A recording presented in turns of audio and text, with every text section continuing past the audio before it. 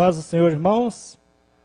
Uma alegria poder estar aqui na nossa igreja sede, hoje participando da mesa do Senhor, celebramos todos juntos esse ato tão maravilhoso que é a Santa Ceia.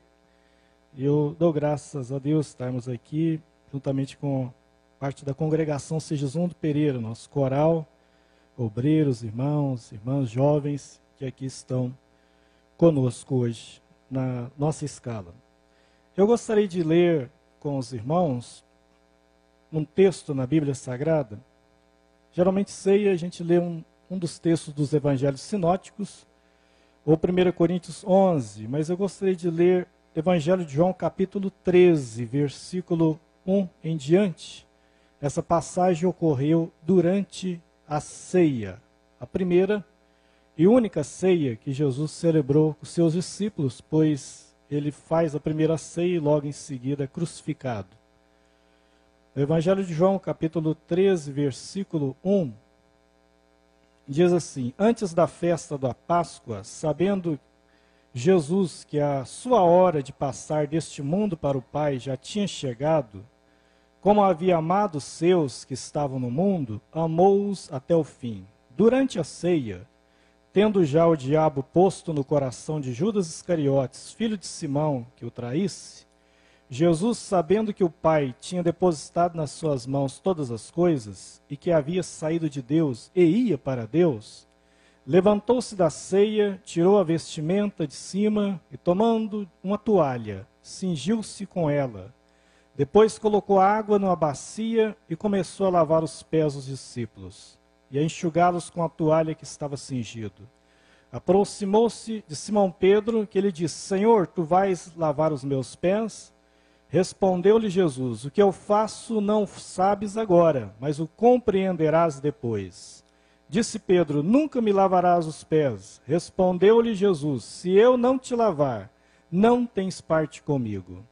Respondeu Simão Pedro: Senhor, não apenas os pés, mas também as mãos e a cabeça. Disse-lhe Jesus: Aquele que já se banhou não necessita de lavar senão os pés. No mais está todo limpo. Ora, vós estáis limpos, mas não todos. Pois sabia quem o havia de trair. Foi por isso que disse: Nem todos estáis limpos. Tendo terminado de lavar os pés dos discípulos, Jesus retomou as suas vestes, voltou para a mesa e perguntou: Entendeis o que eu vos fiz? Vós me chamais de mestre e senhor, e dizeis bem, pois eu sou. Ora, se eu, senhor e mestre, vos lavei os pés, vós deveis também lavar os pés uns dos outros. Eu vos dei o exemplo para que façais o que eu fiz. Amém. O texto diz que foi durante a ceia que ocorreu isso aqui. Eu acho interessante, naquela primeira ceia ele celebra, e agora, de repente, ele tem um ato súbito que deixa os discípulos assim atônitos. Ele tira a vestimenta de cima e fica parecendo como um escravo fazia naquela época. Na época a escravidão era muito grande no Império Romano. E ele pega uma toalha e começa uma bacia com água a lavar os pés dos discípulos. Pedro, que era muito impulsivo, pergunta logo para Jesus: Senhor, o senhor vai me lavar os pés? Ele falou: sim. Não, o senhor não vai me lavar. Então Jesus fala: se eu não te lavar, não tens parte comigo. E Pedro diz: não, senhor, então me lava o corpo inteiro, me lava até a cabeça. Ele fala: vocês não precisam lavar o corpo inteiro, porque já estáis limpos, mas nem todos estão. Apenas é necessário lavar os pés. E depois ele fala: façam isso vocês também uns com os outros. Eu sei que existem denominações que praticam o ato de lavar os pés. E é um ato até simbologicamente bonito. No entanto, não é necessário fazer ele de forma literal. Mas aqui o ensino é que ele seja feito no âmbito espiritual. O ato da ceia é algo maravilhoso, mas é algo que a gente deve se preocupar muito em ajudar. O ato da ceia fala de união. O partir o pão que simboliza o corpo de Cristo, então fala da unidade da igreja. E ali está falando da unidade, mas essa unidade ela tem que existir mesmo que haja diversidade dentro dela. Aliás, aí que é mais bonito. A igreja primitiva de Atos dos Apóstolos é uma igreja interessantíssima. Nem todos pensavam iguais. Havia diferenças, mas eles tinham a unidade nos propósitos comuns e mais importantes. Pedro era o apóstolo da circuncisão. Paulo, o apóstolo da incircuncisão. No entanto, ambos estavam servindo na mesma igreja, a igreja primitiva. Apesar que uns ora em Jerusalém, ora em Antioquia, mas, ou seja, mesmo tendo diversidade de ministérios, eles tinham unidade. É isso que muitas das vezes temos dificuldade hoje. As pessoas acham que senão, muitas das vezes a gente vê muita cisão, divisão, hoje, justamente por não saber, muitas das vezes, as pessoas a trabalhar isso, a viver isso. Ele também, a ceia, também fala de um julgamento, mas de um julgamento não de uma pessoa sobre a outra. Não está se julgando aqui um julgar o outro, muito pelo contrário. O único julgamento que tem que haver na ceia é individual, é o próprio, é o auto-julgamento. Examine-se o homem a si mesmo, e assim coma do pão. Não é você que me julga, nem eu que te julgo. Você tem que se julgar, e eu também tenho que me examinar. E aí participar. Jesus serviu a ceia para Judas. Se fosse hoje, alguém criticaria. Esse pastor não está certo, mas já se viu. E ele sabia, não podia dizer que foi enganado. Muito pela Bíblia diz que Jesus sabia. Mas ele serviu. Por quê? Porque ele queria que ele se manifestasse. Mesmo assim ele serve. E infelizmente, no final daquela ceia, Satanás entrou no coração de Judas. E é quando Jesus diz uma palavra: eu vos escolhi 12, mas um de vós é diabo. É um termo forte. E às vezes a gente pergunta, mas o que significa isso? Significa que um ser humano pode se afastar tanto de Deus que ele pode se tornar um diabo humano. Porque é isso que Jesus quis dizer. Um de vós é diabo. E olha que estava na ceia, mas ali tinha quem traía, ali tinha quem permitiu que Satanás enchesse o seu coração. Mas não era a maioria. De 12, um tomou esse procedimento. 11 ceiaram corretamente. Infelizmente, pode haver quem não leve a ceia a sério. Quem acha que a ceia é um ato mecânico, é um ritual vazio, e não é. Ele é um ritual, sim. Jesus deixou apenas 2 ritos para a igreja: o batismo em água e a ceia. Mas ele é um ato sagrado, é um ato maravilhoso, é um ato que Jesus falou: olha, estou tomando aqui o cálice com vocês, mas é a última vez. A próxima vez eu não vou tomar mais do fruto da vide. A próxima vez vai ser no reino de meu Pai que nós vamos tomar juntos. Hoje nós estamos ceiando aqui, mas um dia nós vamos estar ceiando uma ceia maravilhosa com Jesus Cristo.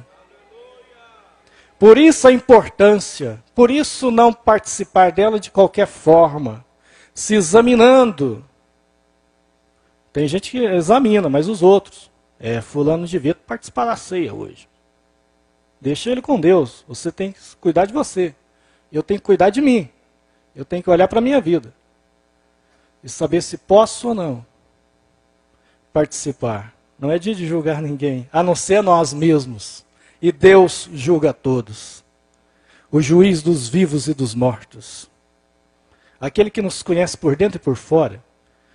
Aquele a quem a sua palavra, como diz lá em o escritor aos Hebreus, ela é tão maravilhosa que ela vai até a divisa da alma e do espírito, onde ninguém vai, onde psicólogo nenhum consegue atingir, onde nenhum analista, nenhum psiquiatra consegue chegar. A palavra de Deus chega naquele âmago mais profundo do seu ser e te atinge, te expõe as suas feridas e sara elas.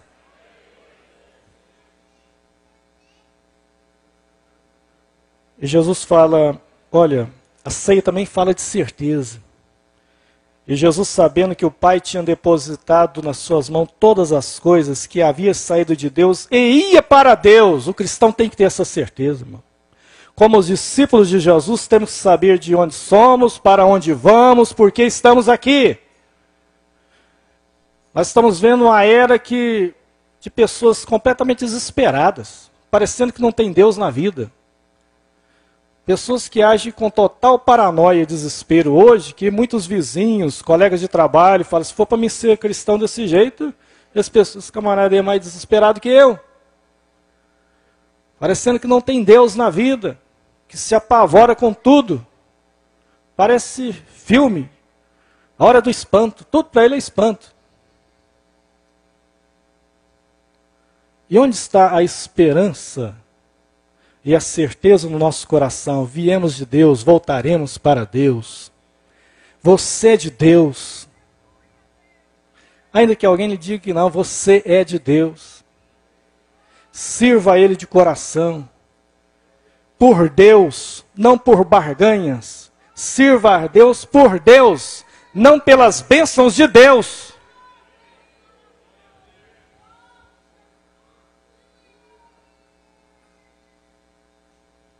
Ele sabia, e aí ele fala para Pedro uma palavra muito interessante. O que eu estou fazendo agora, você não sabe, mas depois vai compreender. Existe muita coisa na vida do cristão que quando acontece, você não sabe por que aconteceu. Às vezes, existem tragédias, existem coisas que acontecem, a pessoa, por que isso aconteceu? Não podia. Eu sou cristão, eu sou crente. Por quê? Existe um falso evangelho sendo ensinado de que as pessoas não sofrem dano nenhum. E se ficou doente é porque está em pecado. E que crente tem que ser só milionário. E ensina um evangelho que parece que não tem céu. Parece que é só aqui na terra. Vem aqui, que é a campanha da chave ungida. Vem aqui pegar a chave da sua casa, do seu carro. Parece que você não sabe se está no culto ou no programa Minha Casa Minha Vida. Parece que tudo vai terminar aqui. Mas Paulo fala assim, ó, se a gente esperar nessa vida, só nessa vida, somos os mais miseráveis da terra. Porque o reino de Deus não é comida e bebida, mas é gozo, paz no Espírito Santo. Nós somos peregrinos em terra estranha. Recebemos bênçãos aqui? Recebemos, claro que sim. A salvação, ela vem incluído coisas demais. Em Efésios capítulo 1 diz que Ele nos abençoou com todas as sortes de bênção. Todas, todas. A ceia e o pão fala da unidade, fala da cura. Hoje você pode ser curado da sua enfermidade. Quando você tomar o pão, ali é uma passagem, tanto em Isaías 53, repetida por Pedro em 1 Pedro, e diz, pelas suas pisaduras nós fomos sarados. Cura para o corpo, cura para a alma. E o sangue de Jesus fala na salvação, na expiação. No dia 31 de outubro foi comemorado o dia da Reforma Protestante, 499 anos. No ano que vem vai haver uma comemoração no mundo inteiro sobre os 500 anos da Reforma Protestante. Martinho Lutero estava traduzindo a Bíblia para o alemão, quando um dia ele sente uma presença estranha. Ele estava traduzindo em um castelo, um príncipe havia hospedado ele, porque o Papa havia decretado a sua morte. E ele foi escondido lá por um príncipe. Enquanto isso, ele traduzia a Bíblia para o alemão, para entregar a palavra de Deus na língua do seu povo, porque a Bíblia era só em latim. Então pouca gente tinha acesso. Isso foi um dos maiores feitos de Lutero, traduzir a Bíblia para a língua das pessoas. E quando ele estava traduzindo um dia, ele sente uma presença diabólica no quarto. E Satanás se manifesta. E diz, você não poderia estar traduzindo a palavra de Deus. Você é um pecador. E de repente faz aparecer diante dele como que fosse um telão. Olha aqui. No ano tal, no dia tal, você fez isso. Olha aqui, isso aqui, isso aqui. Aí a lista foi crescendo de pecados. Esse ano foi isso, esse ano foi isso, e agora você vem querer traduzir a Bíblia? Você não é digno. E Lutero olhou aquilo, e de repente brilhou uma luz na mente dele. Ele pega um tinteiro vermelho e fala, tudo isso aí que você mostrou é verdade, eu fiz tudo isso mesmo. Mas você esqueceu de uma coisa, e passou tinta vermelha de alto a baixo na lista. O sangue de Jesus Cristo me purifica de todo pecado. E aquela presença some e desaparece. O sangue de Jesus Cristo nos purifica de todo pecado. Está pago, está consumado, tetelestai em grego, está feito. Receba, em nome de Jesus. Mesmo que você não saiba o que muitas das vezes acontece na sua vida, sabe, você vai compreender um dia. Se não for aqui, na eternidade, certamente, mas quem sabe até aqui.